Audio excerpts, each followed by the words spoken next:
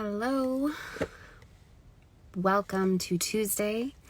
I am super excited to announce the release of my second novel, The Sound of Wings. You can find this on prudenceo'hare.com or Amazon. It's also on Kindle.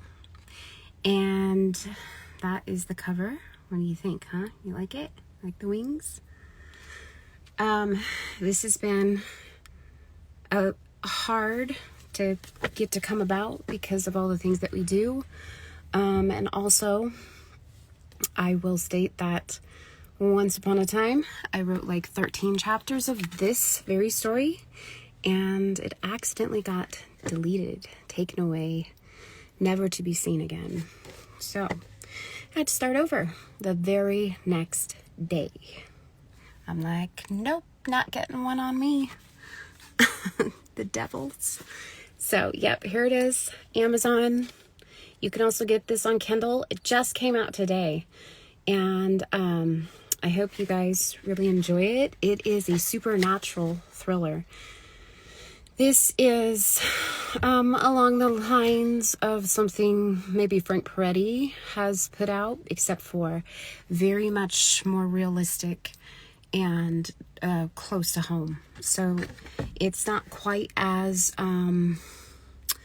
don't know what's the word for it, kosher as maybe Frank Peretti has written, but I'm all about being real and transparent here. So this is a story, a rescue operation.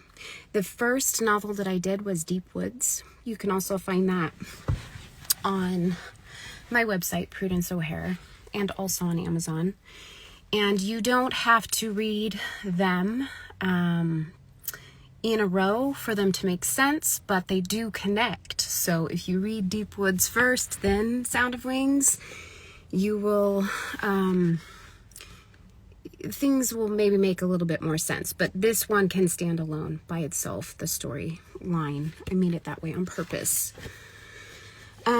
So I am going to read you guys a blip out of this book, just to give you a little taste of kind of what we're dealing with. This touches bases on demonic spirits and occult practices and things like that.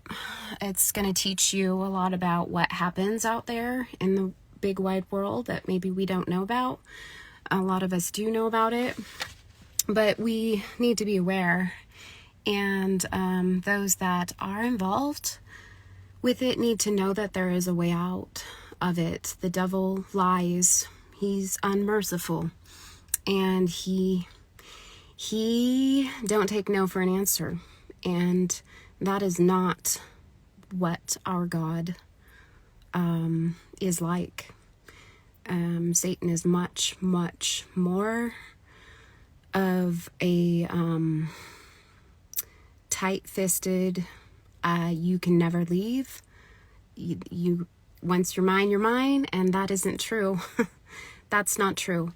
So I guess if you're out there and you're stuck in the world of the occult and are not sure if you could ever leave, but you'd like to, you can.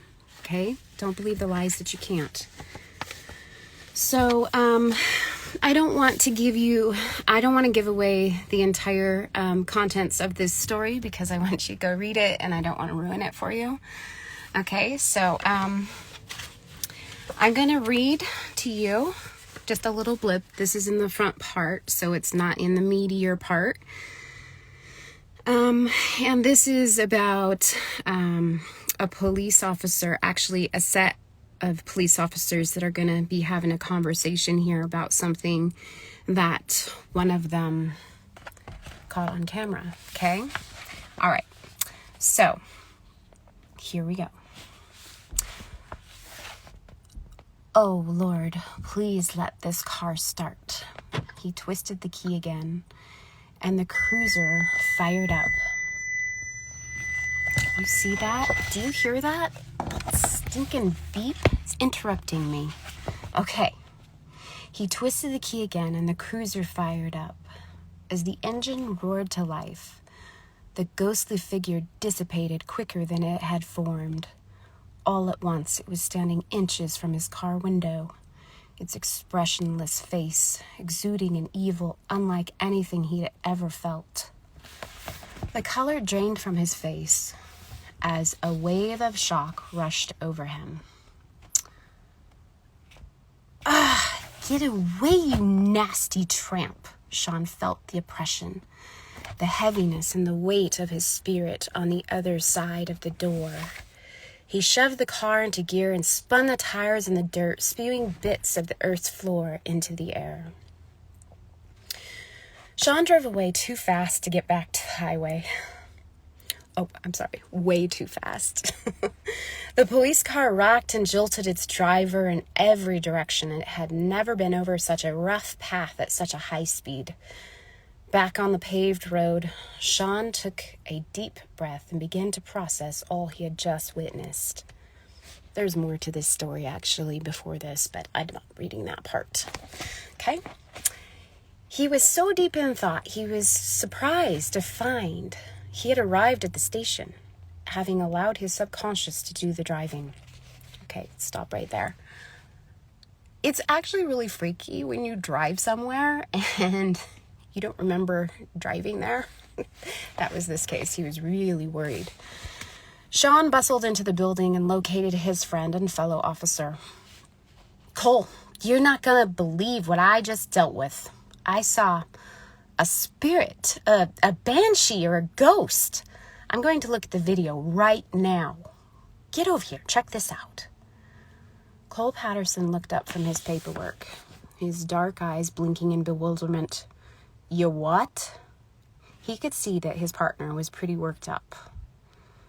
"I got a picture of a ghost." Sean flipped on the light in his office and sat down at the computer to offload his findings. Cole sat on the edge of Sean's desk and listened as Sean described the location of the incident.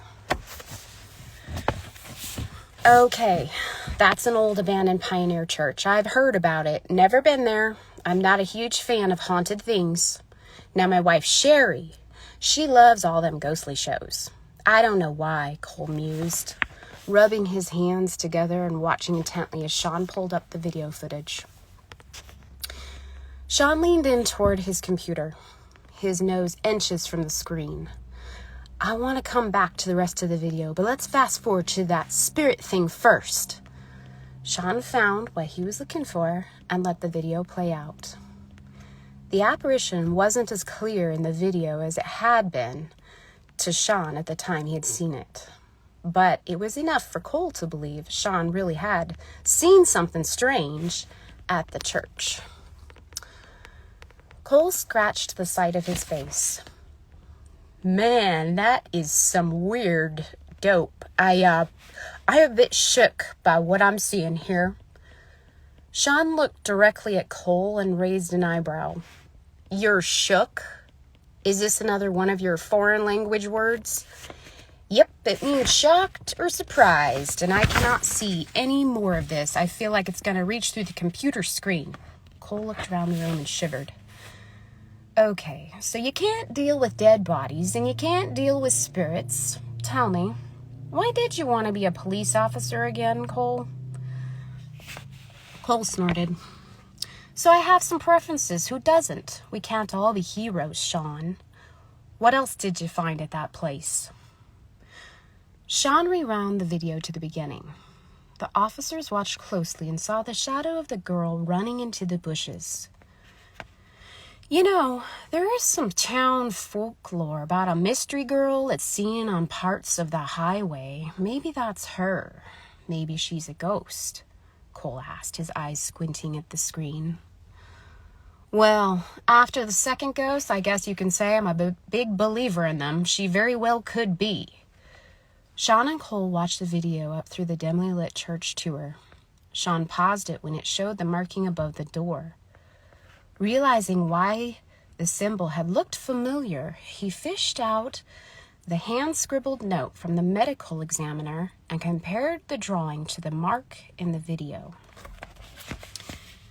This mark was a tattoo on the back of the victim that we found in the river, Patty.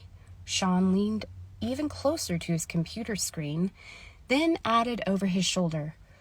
Which, by the way, turned out to be Stella Deep, that woman we were talking about from a few years back. Hint, this is in Deep Woods. Okay, the novel before this one. No kidding. Cole took a deep breath, wide-eyed. He leaned over his partner to get a better look at the symbol. Well, what the heck is that mark about? He wondered aloud. It looks like a messed up version of a pentagram. After 10 minutes of clicking through a search engine, Sean straightened up. Okay, here it is. This looks the same. It's called the Order of the Nine Angles. It represents a dangerous, extreme form of Satanism. It condones and encourages human sacrifice. Sean leaned back a little, his face a subtle shade of green. Doesn't want to be associated with mainstream Satanism because it thinks modern-day Satanism is just a watered-down version of what it should be. Basically, these Satanists are angry at all the lukewarm followers. Well, isn't that nice? Looks like we have a dangerous nest of Satanists in our backyard playing hide and seek, Cole said drearily. I guess it's true. Religious groups, cults, clubs, gangs, and even political groups all have their own more extreme versions and branches. The more serious they are, the more offended they are about the people who say they are part of them, yet aren't playing by their rules, Sean noted. Yeah, especially with you Christians, Cole blurted. He added apologetically. No offense. I mean, people lump you all in the same clump, stereotyping and all of that. It gets to be a confusing mess a lot of the time. Everyone wants their own definition of what or who they are, picking and choosing qualities and values like a food buffet. Within a lot of political groups and religions, they're all taking a little bit of this and a little bit of that. No one agrees on the same thing, and yet we all want to have a word for our uniqueness. It's a bit chaotic, really. Cole propped his face on his fist. Yeah, I hear ya. Sean kept his eyes on his screen, jotting down notes on a legal pad. So with what I just showed you, Patty, what do you have to say now on the matter of spirits? Well, I believe in God as a concept. I haven't ever doubted there are some entities that float around, but I guess I've always believed they're kind of like parasites, feeding on humans' energy, and when they get enough, they can show themselves like this. Cole straightened up and cleared his throat. Frankly, this subject has always scared me, and I really don't want to study it or dwell on it. Sean turned and looked directly at his partner. So, if you just don't think about it, it isn't there? What you don't know won't hurt you? The whole ignorance is bliss ploy? I know this sounds odd coming from a police officer because part of our job is to protect, and we have to be educated on what we are protecting from. I guess I just see it as a big mystery, and while there are people that claim to have answers, who can know for sure if they are right? Cole blinked and crossed his arms. Well, if you have no method for establishing whether or not something is true, you're never going to believe anything is true. As for me, I decide what is true based upon what God's Word says, what the Holy Spirit is telling me, the experience of others, my own experiences, and what information can be scientifically verified. I'm sure I've missed a few things in this list, but that's my go-to tool for figuring out what I believe in. Measuring an idea according to those principles. You gotta have a better compass for truth, man, or you will either end up confused or believing anything that comes your way.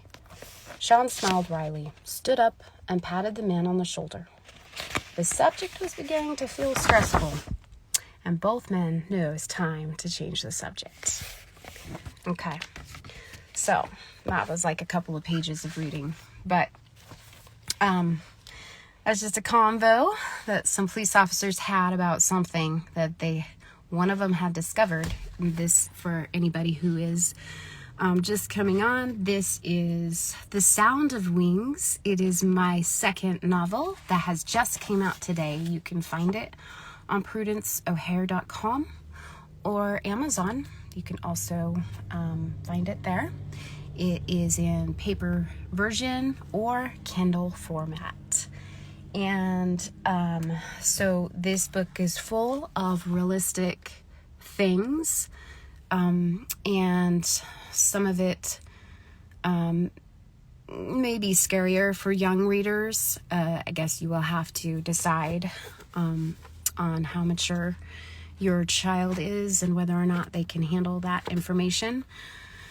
But this book is, I don't believe, something that I just came up with. I feel that the Holy Spirit partnered with me on this to write this story. So I know that once upon a time, Frank Preddy was a very popular author. And I think that when we speak about supernatural thrillers or the supernatural novels and stories, most people in the Christian world, they think of Frank Preddy. And I think that it's crazy that there aren't more writers in the Christian world that are writing about supernatural things in a more transparent way. Why are we hiding that things exist? Why are we not able to see and be aware of what is happening so we can help people that are within that realm that want to come out? We are able to help them, okay? They aren't just crazy. Anyone that has been involved with occult practices or maybe even just sampled silly games at children's parties, who knows how you came to identify that the supernatural realm, at least in the demonic sense, there was power that lays within it. And we Christians in this Christian world have been buried our heads in the sand for way too long. We're so behind. We are supernatural beings. We're spirits and bodies. Okay? So I think that a part of my writing is to help us in the Christian world understand some of these things. And you don't believe that it happens, go do your own research, because I'm not going to try to persuade you on that. The best persuasion is your own study. Is it not? So, for those that are in it, this is stories of redemption. Okay, you can come out of it and you can be saved, and there is hope. There is always hope. As long as you are breathing on this planet Earth, there is hope. And his name, of course, is Jesus Christ. And there is so much more power with Jesus Christ than there is with Satan any day of the week. Okay? And Christians, you need to know that. You need to know that. What authority we carry is so much greater than that the devil can conjure up. Okay? So, the worst fear I think of the devil is for us Christians to know and understand this. And I'm on my own journey, figuring it out myself. I'm a messenger. This, I think, is a message from the Lord. I asked him I would be his pen, okay? His pen, and I would write what he wanted me to write. So I do believe that he partnered with me on Deep Woods and The Sound of Wings, and we wrote this thing together. And this was not, I'm not capable of just manufacturing up stories like this. It's a gift, and especially when we're pairing it with the Holy Spirit's voice in our head, we can be his pen here. How do we think the Bible got written? It was an inspired word of God. It came through being written down through the hands of men. And that's what scribes on this earth do. And I assume that there's going to be more. In fact, there's already a third story that might be brewing up here and in here. And I'm just going to keep writing them as he wants to give the story to me. Okay? So I hope that any of you that are listening to this, you want to grab a hold of this edgy story. Yes, it is. It's edgy. But that seems to be what we are gravitating for and to, is that transparency and that edginess. And I don't do fake very well. I mean, I may appear that I do, but not in here. I can't do it. And I hope that within what I write, what I believe is paired with what the Holy Spirit says to write, will bless the world and will offer answers to questions perhaps maybe people out there have had. But we all enjoy a good story. And who knows, maybe once upon a time this actually happened, or is going to happen somewhere. That's how God works in the prophetic. Okay? So here you go. Once again, The Sound of Wings, PrudenceO'Hare.com. You can also find that first novel, The Deep Woods. Not The Deep Woods, Deep Woods. And Deep Woods is actually the names of a couple of the villains in that first novel. So it's kind of a double pun. It is setting in Deep Woods, but also names. So, yes, this just came out today for anybody that is just joining The Sound of Wings. This is my second novel, supernatural thriller. And you can go back and listen to a little blip, a reading out of it. I didn't give you the most exciting parts of the book. It's actually quite adventurous. And, you know, I don't really like adventure. And I don't actually read novels either. So it's crazy that I'm actually writing novels with adventure. Who would have thought? Yep. I think there might possibly be a link posted somewhere, but yes, it's I think it's a good story. You guys go ahead and read it, and if you read it, and I would love it if you would leave a review there on Amazon. It helps us sell more books, and especially if you buy it today in Kindle version, it helps us reach different brackets in the system. So, all right. Well, I hope that is blessing you guys, and hopefully the story will bless you in all the ways that it possibly can. So, all right. So that's all I have today.